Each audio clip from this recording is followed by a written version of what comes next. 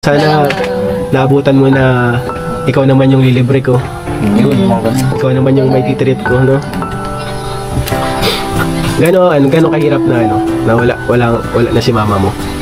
Sobra pong mahirap kasi kunyari may kailangan sa school, kunyari may meeting, gano'n. Paano mo yung mga magulang din? Tapos wala akong resignation mo ba? Nahihirap. Alala ko lang. Naan niyo pa si mama mo nung kayo pa lang? Saan kayo natulog nun? Doon po sa dati naming lumang bahay dati. Sobrang maano din yung bahay namin, maano din, sira-sira din. Tapos sama kami sa isang sala lang ata kami nun eh. Sa sala lang kami natulog. Tapos yun, kahit sobrang hirap, tapos kahit sobrang daming mga problema, masaya pa din kahit walang maayos na bahay. Basta kompleto. Dara, sobrang nalungkot dahil naalala ang nakalipas. Ang sarap daw sanang bumalik noong dati, noong nabubuhay pa ang kanyang nanay. Dahil kahit salat sila sa buhay, ay masaya naman silang nagkakasama ng kanilang buong pamilya. Isang mapagpalang araw po sa inyong lahat mga kalingap. Maraming salamat po sa inyong patuloy na pagsuporta. At huwag nyo kalimutan like ang video na ito, pakiusap tapos panuorin ang video para maintindihan ang buong laman nito.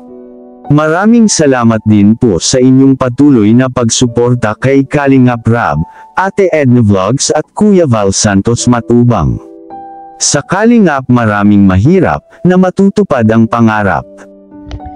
Mga kalingap, sa araw na ito ay muli nating balikan si Dara Bells. Kung ating matatandaan, noong nakaraan ay pinuntahan ni Kalingap Rab si Dara at muling binisita sa kanilang tirahan. Dahil nga minsan na lang napupuntahan ni Kalingap Rab si Dara Bells, ay minabuti nito na muling bisitahin si Dara at kumustahin kung kamusta na ang kanyang kalagayan. Dahil nga sa hindi mapigil na paglaki ni Dara o pagtaba ng kanyang katawan, ay minabuti ni Kalingap Rab na tanungin si Dara kung may problema ba siya sa kanyang kalusugan. Inamin nga ni Dara na may PCOS siya.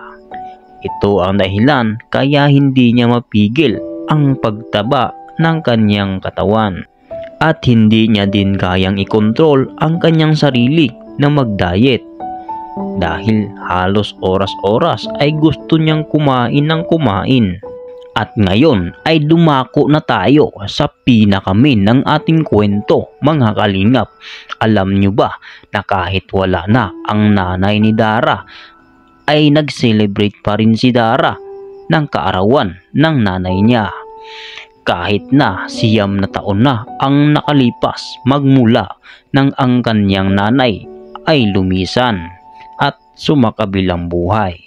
Ganon kamahal ni Dara, masyado niyang pinapahalagahan ang kanyang nanay.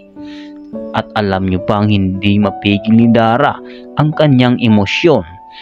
Nabanggit pa ni Dara dati na kahit maliit lang ang kanilang bahay at butas-butas pa ang bubong, ay masaya silang nagsasama ng kanilang buong pamilya. Nariyan ang kanyang nanay na sa kanya ay umaalalay at tagapaghanda ng kanyang pagkain at mga gamit sa eskwela, at hinahatid pa siya sa paaralan sa tuwing may pasok. Alagang-alaga si Dara ng kanyang nanay, kaya namimiss niya talaga ito dahil wala nang talagang tatalo sa pagmamahal ng isang ina. Anong masasabi mo tungkol dito mga kalingap?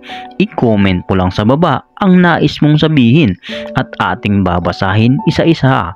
Maraming salamat po. To God be the glory.